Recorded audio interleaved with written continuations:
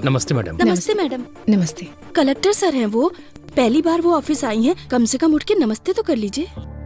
मेरे 40 साल के सर्विस में 2 बार यहाँ के करेंसी बदल गए, 20 बार यहाँ के कलेक्टर बदल गए। मैं खुद उठ के नमस्ते बोलूं, ऐसा किसी भी कलेक्टर ने आज तक यहाँ कोई काम नहीं किया। मेरी उम्र के साथ साथ ये कुछ अच्छा करेंगे, इस बात की उम्मीद भी खत्म हो गई है। देखते हैं ये कलेक्टर साहिबा क्या करती हैं।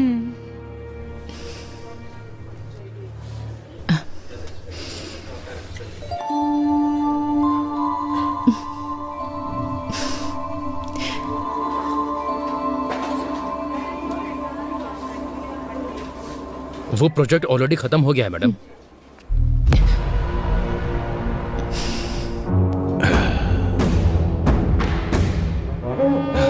नमस्ते कलेक्टर जी, कैसी हैं? मेरा नाम है रवि, सब मुझे खेत वाला रवि बुलाते हैं। एमएलए का आदमी हूँ, भाई को बहुत पसंद हूँ। जनता मुझसे डरती है। खैर वो सब छोड़ो, शहर के बाहर मेरी 20 एकड़ की जमीन है। लोग उसके बारे में बातें भी करते हैं। वहां जब हम बोलेंगे तभी लोग फसल काटेंगे। कोई हमारे खिलाफ जाएगा तो उसका सर भी काट देंगे। मेरे कहने का मतलब यह है कि उस फाइल पर आप दस्तखत कर दीजिए। चेक के ऊपर दस्तखत मैं कर दूंगा। वैसे हम जैसे कि फाइल पर दस्तखत करेंगी तो आपको जिंदगी भर किसी भी तरह की परेशानी नहीं आएगी। इस बात की जिम्मेदारी हमारी है। अगर मना करेंगी तो बेवजह किसी की मौत होना ठीक नहीं है कलेक्टर मैडम, ये आप पर निर्भर है।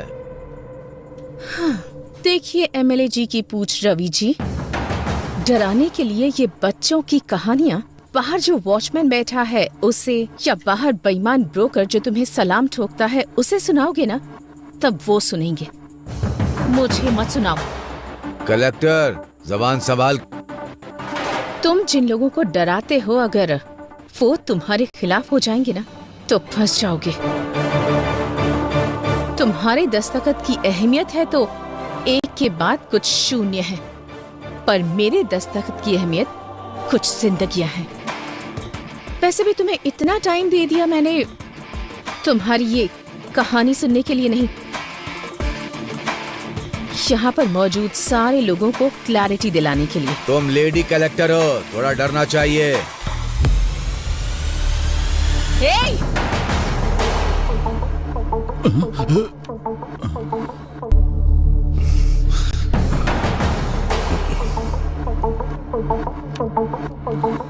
उसी औरत के पैरों के नीचे है तुम्हारा अहंकार। ठान लिया तो एक दस्तखत काफी है। तुम जैसे रवि को लोगों के दिमाग से हटाने के लिए।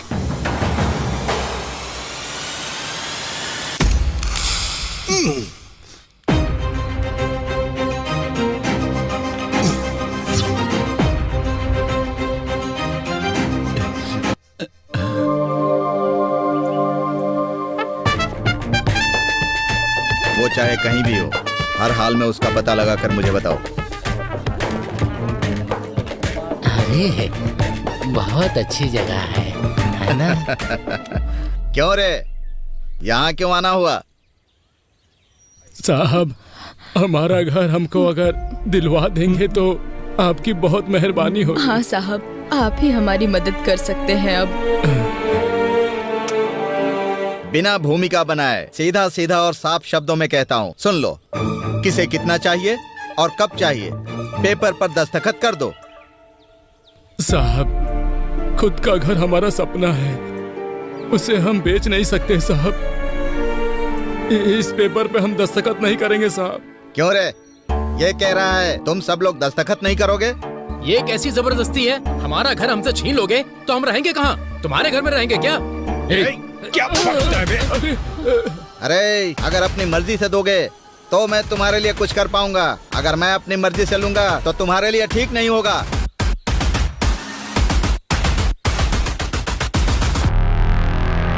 मैम साहब, अब आपको ही हमें न्याय दिलाना होगा मैम साहब। वो कॉन्ट्रैक्टर दिवाकर ने हमारे घर को जब्त कर दिया है, अब हम कहाँ जाएंगे? अरे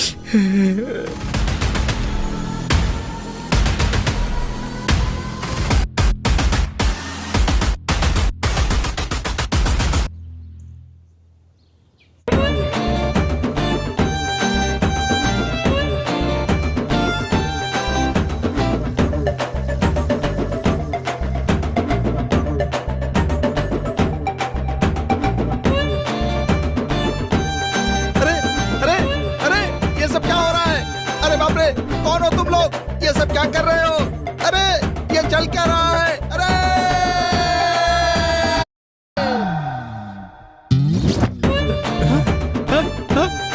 ये सब क्या हो रहा है? मेरी समझ में नहीं आ रहा है।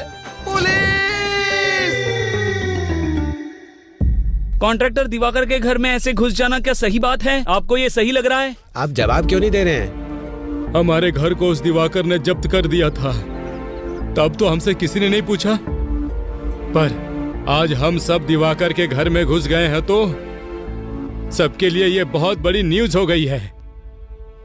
ऐसा ही होता है, अमीर लोगों के घर का कुत्ता भी घूमने जाता है तो ये तुम्हारे लिए बहुत बड़ी ब्रेकिंग न्यूज होती है ना। आप मीडिया से बात कर रहे हैं, क्या बात कर रहे हैं आप? ऐसे कैसे बात कर सकते हैं आप क्या बोल रहे हैं? आप खुद को समझ में आ रही है? बताइए, रुको रुको, नमस्ते बेटा। अगर जनता के हक को ऐसे लोग छीन लेंगे तो गवर्नमेंट ऐसे ही ठीक करेगी ताकि ये सब कुछ दोबारा रिपीट ना हो।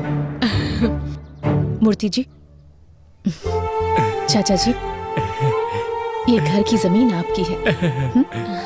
नमस्ते। नमस्ते। देखा, ये हमारे घर की चाबी है, हमारे घर की। कलेक्टर जी, कलेक्टर जी,